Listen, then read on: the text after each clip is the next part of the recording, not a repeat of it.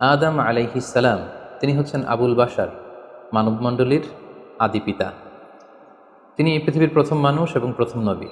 গোটা মানবমণ্ডলীর মধ্য থেকে আল্লাহ তাআলা আদম আলাইহিস সালামকে পৃথিবীর প্রথম মানুষ এবং প্রথম নবী হিসেবে বাছাই করেছেন। আর আমরা পৃথিবীতে যারা আছি আমরা সবাই হচ্ছি বানি আদম বা আদম আলাইহিস সালামের বংশধর। আল্লাহ তাআলা আদম আলাইহিস সালামকে সৃষ্টি করার অনেক আগে এই পৃথিবীতে প্রথমে জিন তৈরি করেছিলেন। আল্লাহ তাআলা ইরশাদ করছেন, ওয়াল জান্না খলাকনাহু মিন ক্বাবলু মিন নারিস সামুম। আর আমি মানবজাতি সৃষ্টির অনেক আগে প্রজ্বলিত আগুনের শাখা থেকে জিন জাতিকে তৈরি করেছি।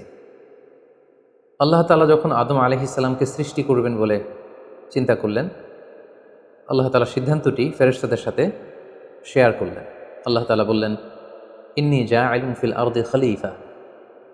ওহে ফেরেশতারা, আমি পৃথিবীতে আমার রিপ্রেজেন্টেটিভ, আমার প্রতিনিধি হিসেবে মানুষ তৈরি করতে যাচ্ছি।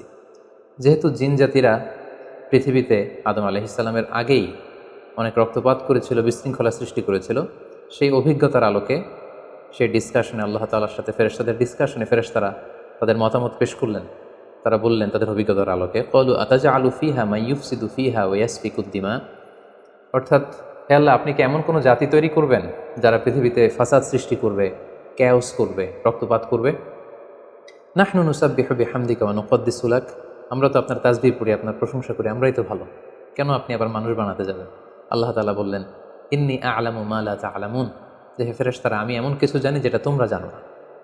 আল্লাহ তাআলার এই সিদ্ধান্তের কথা যখন তিনি ফেরেশতাদেরকে জানিয়ে দিলেন যে আমি মানুষ বানাতে যাচ্ছি, অতঃপর আল্লাহ তাআলা তার সিদ্ধান্ত অনুযায়ী তিনি মানুষ তৈরি করলেন। আদম আলাইহিস সালাম হচ্ছে এই পৃথিবীর সর্বপ্রথম মানব। তিনি আদম আলাইহিস সালামকে মাটি থেকে তৈরি করেছেন। এই ভূপৃষ্ঠের যত জায়গায় যত ধরনের মাটি আছে, সব মাটিগুলোকে সেখান থেকে কিছু কিছু অংশ নিয়ে আল্লাহ তাআলা আদম আলাইহিস সালামকে তৈরি করলেন।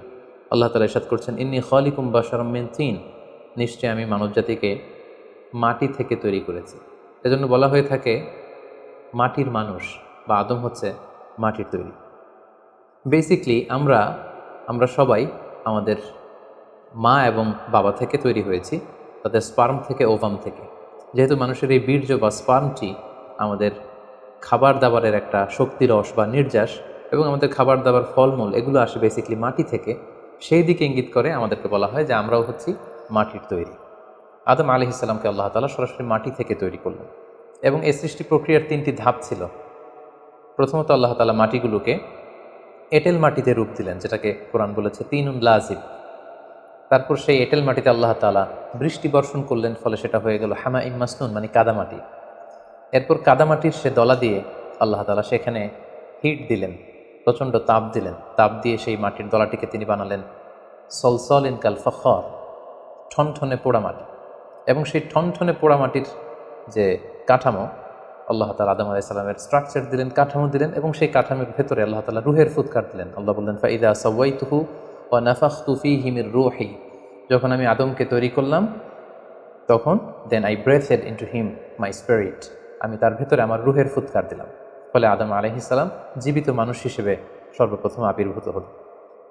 আমরা যদি সহিহ বুখারীর দিকে তাকাই, তাহলে দেখব যে সহিহ বুখারীতে সাইয়েদনা আদম আলাইহিস সালামকে যখন আল্লাহ তাআলা তার আকৃতি দিয়েছেন, অবয়ব দিয়েছিলেন, তার হাইট কত ছিল, কত লম্বা তিনি ছিলেন, সে ব্যাপারে সহিহ বুখারীতে এসেছে, ওয়াকানা তুলহু সিত্তুনা যিরাআন, 60 বিঘত তিনি লম্বা ছিলেন। আমাদের হাতের এই কনুই থেকে আঙ্গুল পর্যন্ত এই জায়গাটিকে বলা হয় 1 বিঘত। সেই হিসেবে তিনি ছিলেন 60 বিঘত লম্বা, 60 কিউবিট।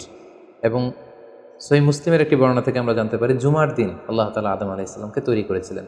ইয়াউমুল জুমআতি ফীহি খুলিকা আদম। জুমার দিনে আল্লাহ তাআলা আদম আলাইহিস সালামের সৃষ্টি প্রক্রিয়া এটাকে তিনি সম্পন্ন করেছেন। আদম আলাইহিস সালামকে তৈরি করার পরে আল্লাহ তাআলা ফেরেশতাদেরকে এবং আদম আলাইহিস সালামকে একসাথে করে একটি মক টেস্ট নিলেন। সেখানে আল্লাহ তাআলা তাদের সবাইকে কিছু শব্দের নাম শিক্ষা দিলেন, এবং আদম আলাইহিস সালামকে ফেরেশতাদের সামনে এনে ফেরেশতাদেরকে আল্লাহ তাআলা বললেন যে এগুলোর নাম যদি তোমরা আমাকে বলতে পারো তাহলে বলো। আল্লাহ তাআলা বললেন, আম্বিউনি বিআসমাই হাউলাই ইন কুনতুম সাদিকিন। ফেরেশতাদেরকে প্রথমে প্রশ্ন করা হলো, বলো তো এগুলোর নাম কি? ফেরেশতারা উত্তর করতে পারলেন না।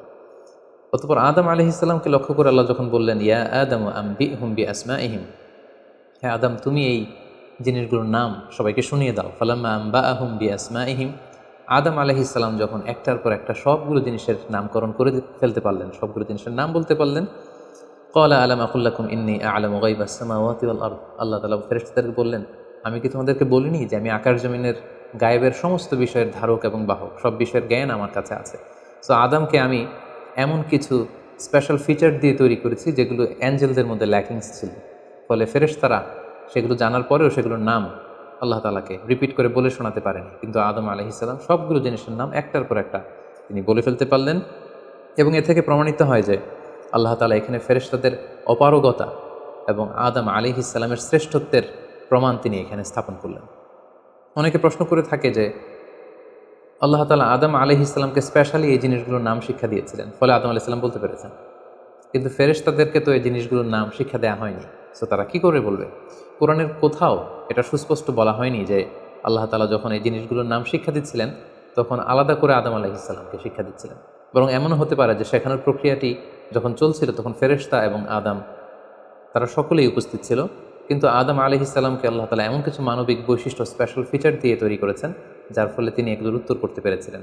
কিন্তু ফেরেশতাদের মধ্যে বিষয়গুলো না থাকার কারণে ফেরেশতারা সেগুলোর উত্তর করতে পারেনি। ফেরেশতাদের সামনে আদম আলাইহিস সালামের শ্রেষ্ঠত্বের প্রমাণ হওয়ার পরে আল্লাহ তাআলা সকল ফেরেশতাদেরকে আদেশ করলেন যে তোমরা আদম আলাইহিস সালামকে একটা সম্মানসূচক সেজদা দাও, যেটাকে অনারারি প্রস্ট্রেশন বলে। আল্লাহ তাআলা বললেন, উসজুদু লি আদম ফাসাজাদু ইল্লা ইবলিস আবা ওয়াস্তাকবারা ওয়া কানা মিনাল কাফিরিন। আল্লাহ তাআলা আদেশ দেওয়ার সাথে সাথেই সকল ফেরেশতারা সেজদা দিল। আসলে এই সেজদাটা কেমন ছিল আমরা জানি না। আমরা সাধারণত রুকু করলে we just bow down our head just little bit, আমরা আমাদের মাথা একটু নিচু করি। আমরা যখন সেজদা দিই আমরা আমাদের কপাল মাটিতে ছুঁয়ে দিই, এটা হচ্ছে আমাদের সেজদা। কিন্তু ফেরেশতাদের সেজদা আসলে আদতে কেমন ছিল আমরা জানি না। এজন্য ফেরেশতাদের কোনো বিষয়, জিনদের কোনো বিষয়, এটা যদি আমরা আমাদের মতো করে কল্পনা করি এটা ভুল হবে। বরং যেভাবে সেজদা দেওয়ার দরকার ছিল ফেরেশতারা ঠিক সেভাবেই আদম আলাইহিস সালামকে সেজদা দিয়েছেন। কিন্তু এই সেজদাটি এবাদতের সেজদা নয়, কারণ এবাদত হিসেবে সেজদা দেওয়া যাবে শুধুমাত্র কেবলমাত্র আল্লাহ তাআলাকে। এই সেজদাটি ছিল সম্মানসূচক সেজদা, অনারারি প্রস্ট্রেশন। ফাসাজাদু ইল্লা ইবলিস, আল্লাহ তাআলা আদেশ দেওয়ার সাথে সাথে সকল ফেরেশতারা সেজদা দিল, ইবলিস ছাড়া। আবা ওয়াস্তাকবারা ওয়া কানা মিনাল কাফিরিন, সে সেজদা দিতে অস্বীকৃতি জানালো, ফলে সে কাফিরদের অন্তর্ভুক্ত হয়ে গেল। এখন প্রশ্ন হচ্ছে, হু ইজ দিস ইবলিস? ইবলিস কে? এতক্ষণ পর্যন্ত আমরা আল্লাহ তাআলার সাথে ফেরেশতাদের ডিসকাশন, শেয়ারিং শুনেছি। আদম আলাইহিস সালামকে হঠাৎ করে সৃষ্টি করলেন, কিন্তু নাও এ নিউ ক্যারেক্টার অ্যাপিয়ার্ড, নতুন একটি ক্যারেক্টার চলে এসেছে, সেটা হচ্ছে ইবলিস। ইবলিস হচ্ছে এক মহাজ্ঞানী সত্তা, যে হচ্ছে কানা মিনাল জিন। কোরআন আমাদেরকে কনফার্ম করেছে, কানা মিনাল জিন্নি ফাফাসাকা আন আমরি রাব্বি। ইবলিস বা শয়তান বেসিকলি জিন জাতির অন্তর্গত। আমরা আমাদের আদম আলাইহিস সালামের আলোচনার শুরুতেই বলেছি যে আল্লাহ তাআলা মানব সৃষ্টির আগে এই পৃথিবীতে জিন তৈরি করেছিলেন। ইবলিস হচ্ছে সেই জিনের অন্তর্গত। সে এবাদতে এত বেশি পরিশ্রমী ছিল, সে বেশি বেশি আবাদত করতে করতে আল্লাহ তাআলার প্রিয় সত্তায়, প্রিয় ভাজনে পরিণত হয়েছে। ফলে আল্লাহ তাআলা তার স্ট্যাটাসকে অনেক হাই করে দিয়েছেন এবং ফেরেশতাদের সাথে থাকবার সুযোগ করে দিয়েছিলেন। তাকে আল্লাহ তাআলা এতটাই সম্মান দিয়েছিলেন, সে চাইলেই আল্লাহ তাআলার সাথে সরাসরি কথা বলতে পারত। কিন্তু আল্লাহ তাআলা যখন আদম আলাইহিস সালামকে সেজদা দেওয়ার আদেশ করলেন, সবাই সেজদা দিল, ইবলিস ছাড়া। আল্লাহ তাআলা এ পর্যায়ে ইবলিসকে জিজ্ঞেস করলেন, মা মানাআকা আল্লা তাসজুদা ইয আমারতুক। হে ইবলিস, কিসে তোমাকে বাধা দিল সেজদা দিতে? কেন তুমি সেজদা দিলে না? সবাই যেখানে সেজদা দিল, তুমি কেন সেজদা দিলে না? ইবলিস তখন উত্তরে বলল, আনা খায়রুম মিনহু খলাকতানি মিন নার ওয়া খলাকতাহু মিন তিন। আমি আদমের চাইতে শ্রেষ্ঠ। সে আল্লাহর সাথে আর্গুমেন্ট দিতে শুরু করলো, লজিক দিতে শুরু করলো।